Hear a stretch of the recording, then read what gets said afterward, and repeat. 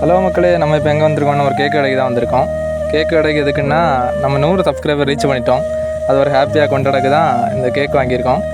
கேக்குனா பெரிய black forest அப்படியெல்லாம் இல்லை, சாதாரண பட்ஜெட் ஃப்ரெண்ட்லியாக உள்ள க்ரீம் கேக்கு தான்.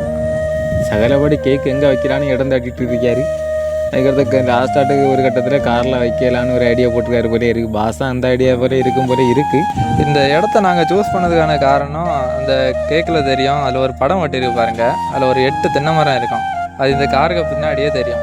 அது எதனால் அப்படி இந்த சூஸ் பண்ணோன்னா, நாங்கள் இந்த இடத்துல இருந்து தான் எங்கள் விளாகிங்கே ஸ்டார்ட் பண்ணோம், இந்த யூடியூப் சேனல்லையே. ஏன்னா எங்களுக்கு 100 சப்ஸ்கிரைப் வர காரணமே இந்த இடம் தான்.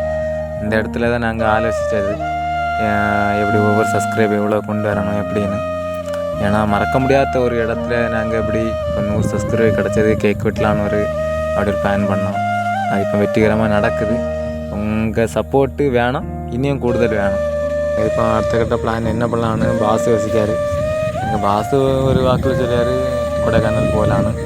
அதுக்கடுத்தது சகலபடி ஒன்று சொல்லியார் ஊட்டி போகலான்னு சொல்லியார். இந்த வீடியோவில் தெரிஞ்சிடும் எங்கே போகிறோம்னு. ஆனால் எந்த பிளான் தான் தெரியலை. பார்ப்போம் அடுத்த வீடியோவில் எப்படி என்ன பிளான் இருக்குன்னு பார்ப்போம். கொடைக்கானலா அடுத்த வீடியோவில் உங்களுக்கு தெரிஞ்சிடும் எங்கே போயிருக்கோன்னு. அடுத்து நாங்கள் என்ன பிளான் போட்டோங்கிறத நீங்கள் அடுத்த வீடியோவில் பாருங்கள்.